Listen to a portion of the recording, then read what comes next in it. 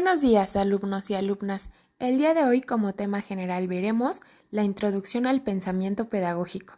Como subtema, la educación como fenómeno histórico.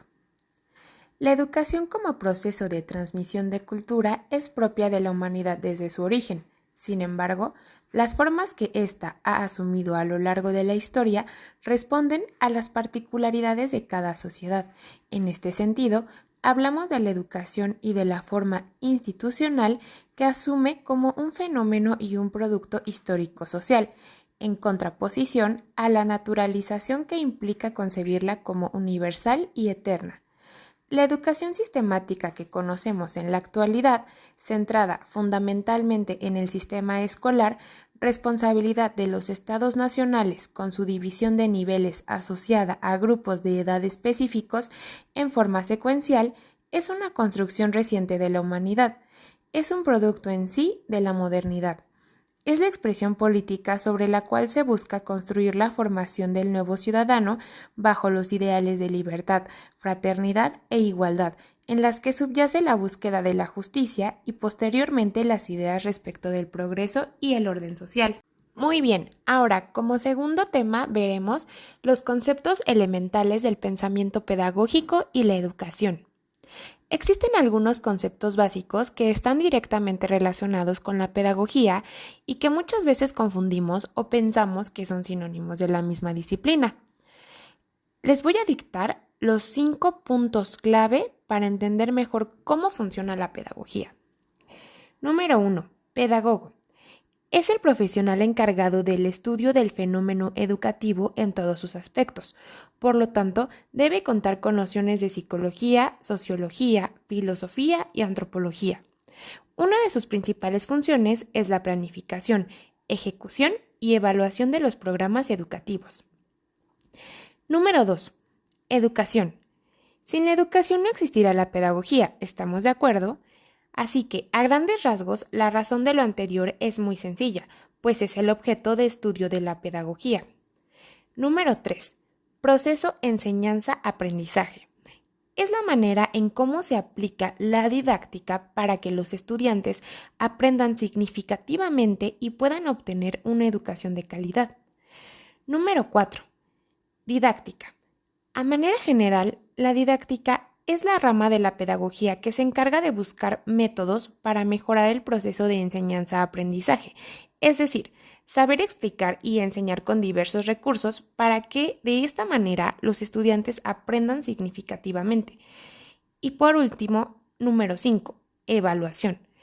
Es la manera en que se analiza si las teorías pedagógicas al momento de ser llevadas a la práctica, su principal función es medir si realmente funcionan o logran su objetivo.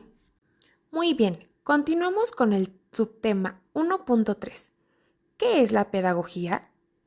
Bien, es la ciencia que estudia la educación, como ya lo habíamos mencionado previamente. El objeto principal de su estudio es esta como un fenómeno sociocultural, por lo que existen conocimientos de otras ciencias que ayudan a comprender el concepto, como por ejemplo la historia, la psicología, la sociología y la política. Ahora, ¿qué es la educación? La educación es el proceso de facilitar el refinamiento de habilidades o capacidades propias del individuo, mediante el aprendizaje o la construcción de conocimientos, así como también de las virtudes, creencias, hábitos u otras características del ser. Muy bien, ahora continuemos con el subtema 1.5.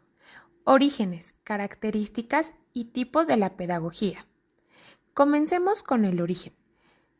El uso de métodos y formas para transmitir el conocimiento de la idea que la pedagogía, aunque no llamada como tal, está presente desde el inicio de las comunidades.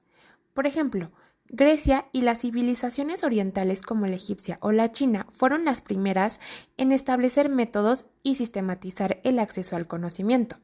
Los grandes pensadores griegos, como Platón, Sócrates y Aristóteles, dejaron asentado en sus escritos la importancia de asignar métodos para el conocimiento y estudio de determinadas disciplinas. El acceso a la educación era un privilegio de una porción pequeña de la sociedad, tanto griega como romana. Pasando el tiempo, ya en el siglo XII, Juan Amos Comenio sentó algunas de las bases de la pedagogía en su obra Didáctica Magna. Allí expone la importancia de la educación en el desarrollo de los niños. También en el siglo XII surgió en Francia la llamada pedagogía tradicional, dirigida por los jesuitas. Destacaba a la escuela como la principal fuente de transmisión cultural y religiosa dentro de la sociedad. La pedagogía tradicional se basa en la transmisión de saberes por parte de un maestro y se caracteriza por el rol pasivo de los alumnos. John Heinrich Pestalozzi y Jean-Jacques Rousseau sentaron las bases de la pedagogía moderna, junto con otros pensadores del siglo XIII. Ambos pusieron el foco en la evolución de las metodologías pedagógicas. Fomentaron el desarrollo de métodos de enseñanza que dejaron de lado la educación rígida y la memorización de conceptos para dar paso así a la observación, la experimentación y el razonamiento para que los niños puedan aprender a través de las experiencias. En su obra Emilio, Rousseau destacó la importancia de la educación a través de despertar del interés del niño y no de la disciplina. A partir del siglo XIX y durante todo el siglo XX, la pedagogía moderna puso el foco en la relación maestro-alumno y en el desarrollo de las capacidades de los estudiantes. Pensadores como Johann Friedrich Herbert, John Dewey, María Montessori y Jean Piaget hicieron notables aportes en los diferentes tipos de pedagogías. Ahora muy bien, ¿cuáles son sus características? Tenemos que es una herramienta fundamental en la planificación educativa. 2. Se vale de métodos y herramientas para transmitir conocimientos, habilidades o valores. 3. Es estudiada por muchos pensadores que aportan su visión y enfoques. 4.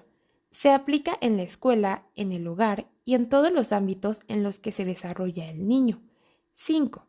Puede ser de diversos tipos, algunas centradas en el maestro y otras que se centran en el alumno. 6.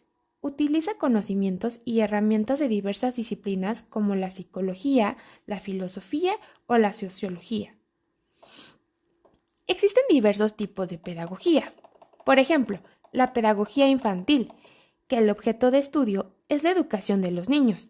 La etapa de crecimiento de un niño es muy importante, ya que es cuando se adquieren competencias fundamentales para el resto de la vida, por lo que la labor de los educadores es fundamental. Otro tipo de pedagogía es la crítica, que tiene como objetivo principal transformar el sistema tradicional y desarrollar un pensamiento crítico en cada uno de los alumnos. También tenemos la pedagogía conceptual, que tiene como objetivo el desarrollar el pensamiento, los valores, las habilidades de cada alumno, teniendo en cuenta su edad.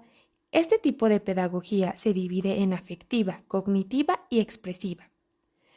También existe la pedagogía social, que tiene como objetivo el desarrollar la igualdad de oportunidades en el acceso a la educación y poner a la educación al servicio del desarrollo de todos los individuos.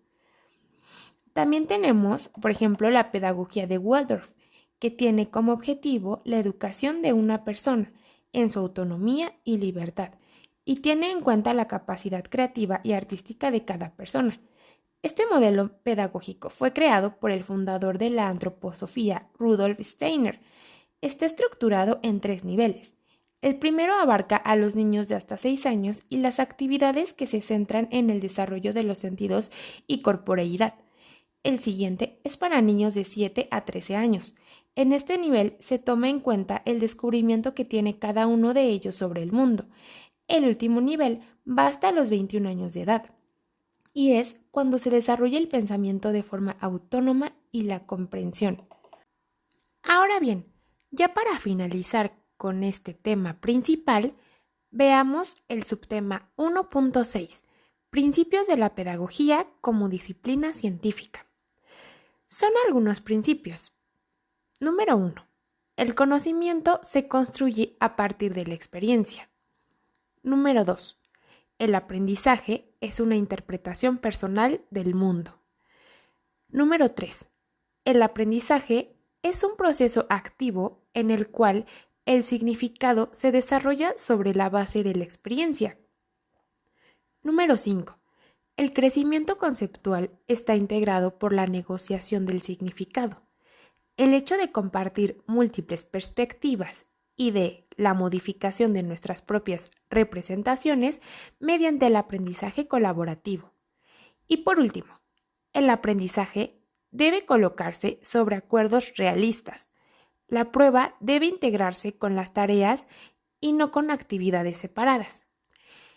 Y bueno, alumnos y alumnas, esto es todo por la clase del día de hoy. Muchas gracias por su atención y que tengan un excelente día.